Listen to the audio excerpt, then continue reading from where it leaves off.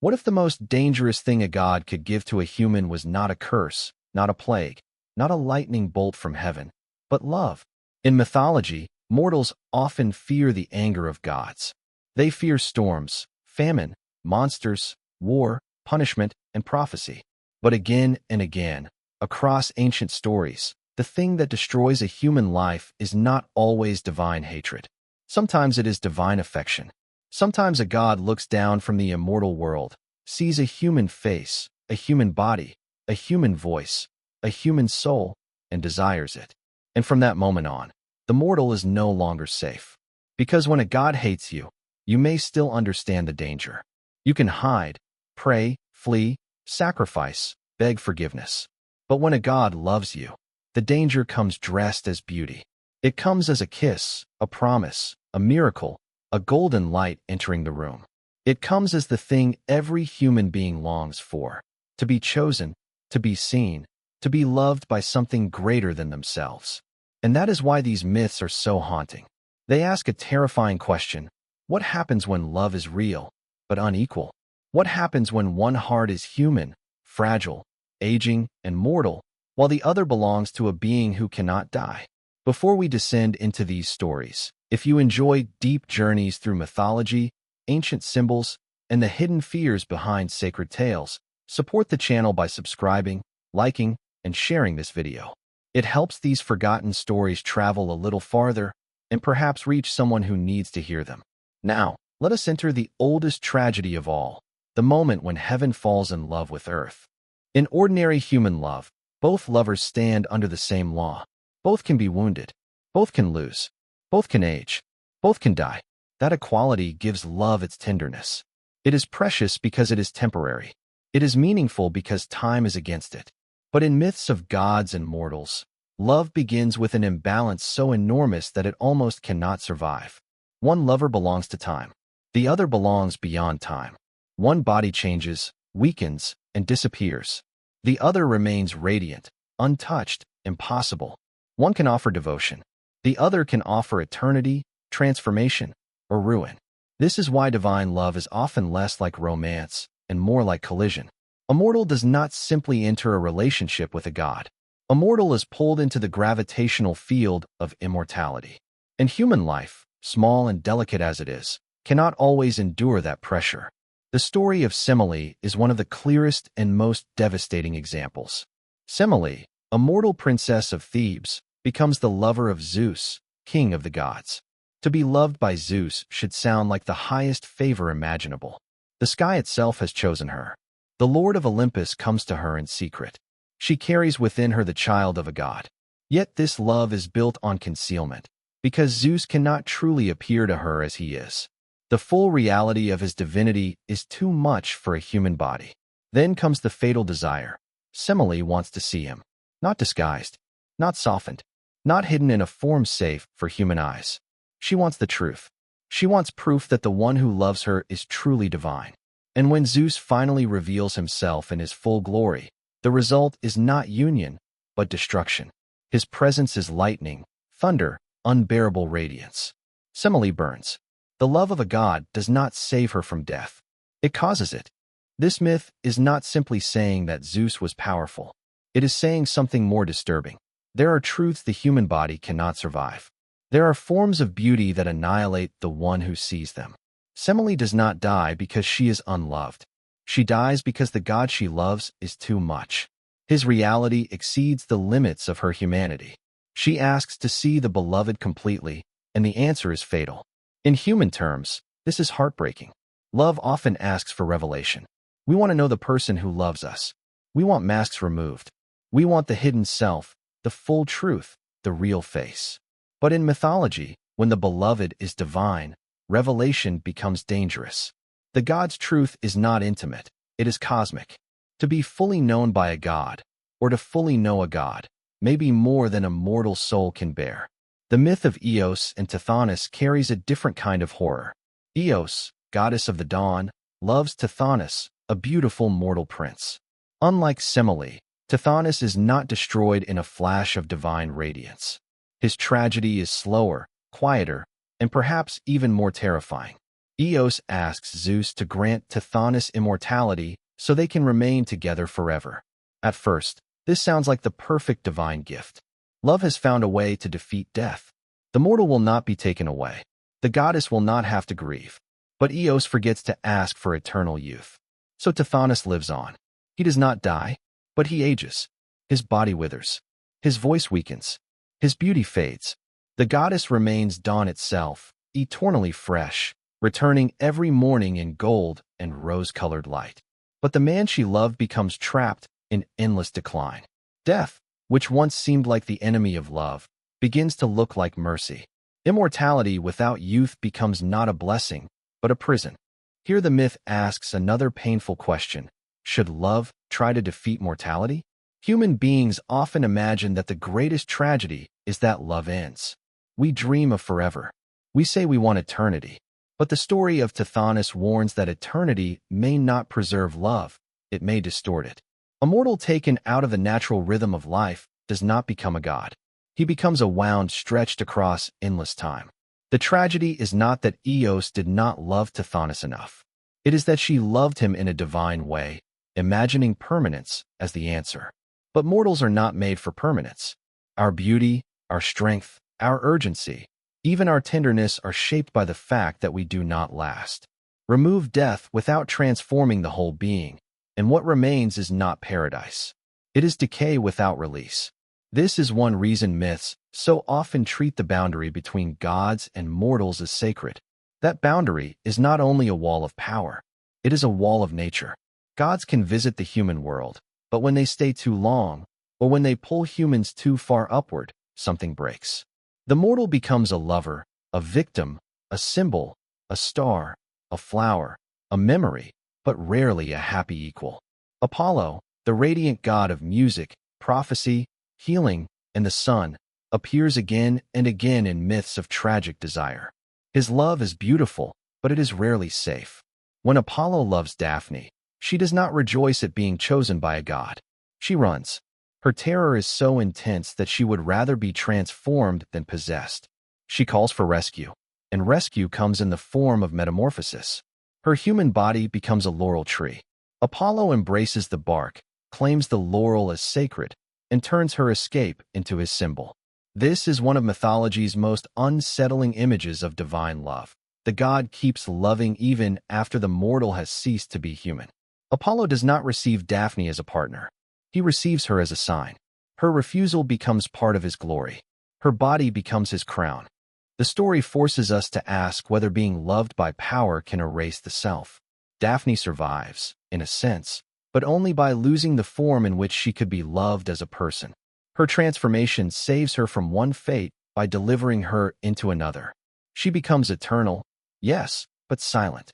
Sacred, yes, but rooted. Remembered forever, but no longer free in the human way. Then there is Hyacinthus, another beloved of Apollo. Here the love seems more mutual, more tender. Hyacinthus is beautiful, young, and cherished by the god. But the mortal beloved of a god lives under a dangerous light. In one version of the myth, a discus thrown during a game strikes Hyacinthus and kills him. Apollo, overcome with grief, cannot save him. Though he is a god of healing, he cannot keep death from the mortal he loves. From Hyacinthus's blood, a flower rises, carrying memory where life could not continue. This is a different tragedy, not divine love as violence, but divine love as helplessness. Apollo can sing, prophesy, heal, and shine, but he cannot make a mortal body invulnerable. His grief is immense because his power is immense, and yet even that power meets a limit. The god can transform death into beauty, but he cannot undo death itself.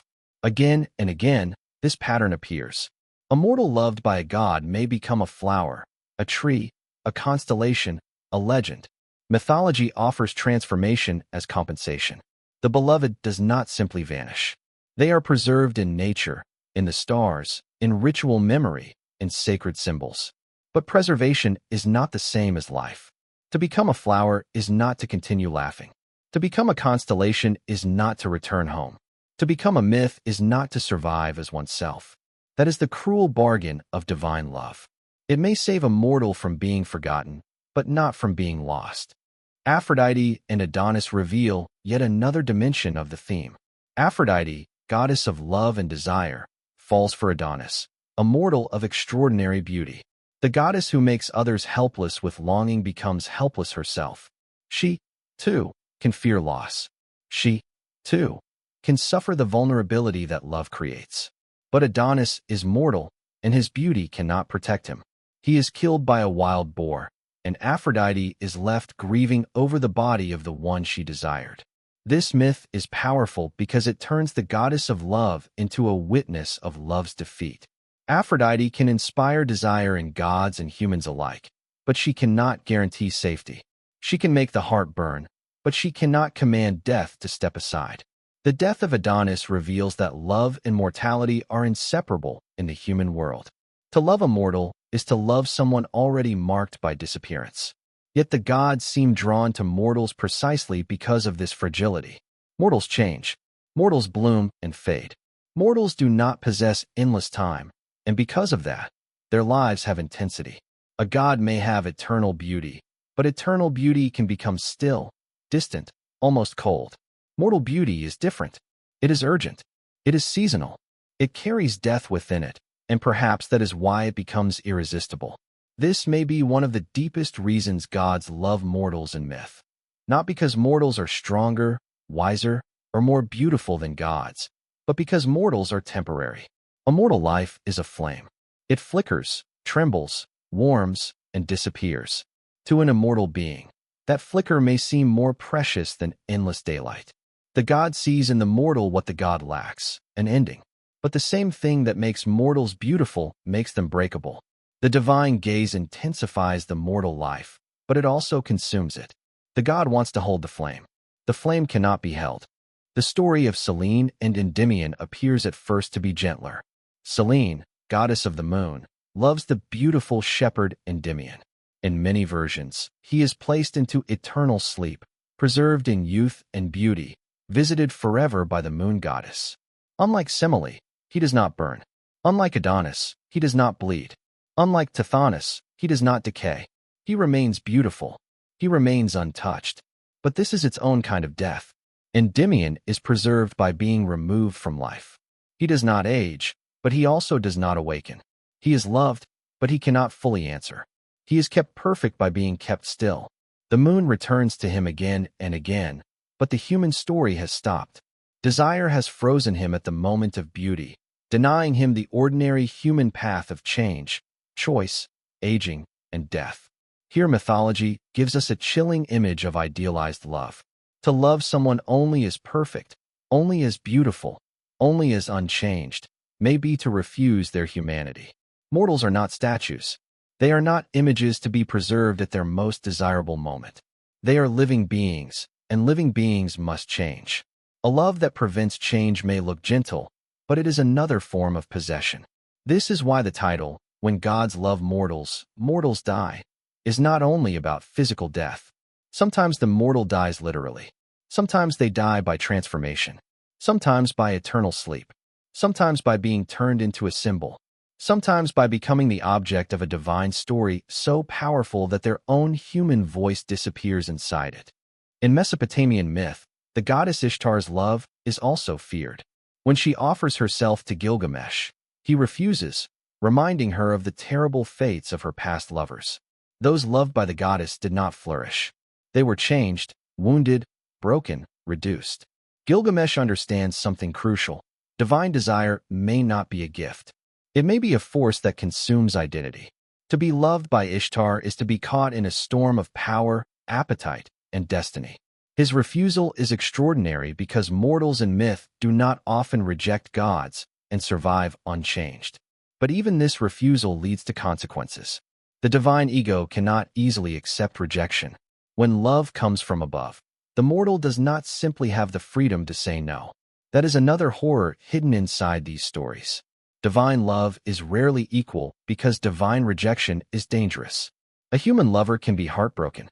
A divine lover can reorder the world. So what are these myths really telling us? They are not simply warnings against desire. Ancient people were not naive about love. They knew love could be ecstatic, sacred, creative, and life-giving. Many myths celebrate union between divine and human as the source of heroes, dynasties, and sacred lineages. But beneath the glory, there is anxiety. If a hero is born from a god and a mortal, the mortal parent often pays a price. If a god enters the human household, the household may become legendary, but it rarely remains peaceful. The myths understand that love is never just emotion. Love is power. Who loves whom matters. Who has the ability to leave, to punish, to transform, to immortalize, to destroy. All of this matters. A love story between unequal beings is also a story about control. The god may be sincere. The god may grieve. The god may adore the mortal with terrifying intensity. But sincerity does not erase imbalance. Affection does not erase danger. This makes these ancient stories surprisingly modern. They remind us that love without equality can become possession. Love without limits can become destruction. Love that refuses mortality can become denial. Love that turns a person into an image can become a beautiful kind of violence. And yet, the myths do not simply condemn the gods.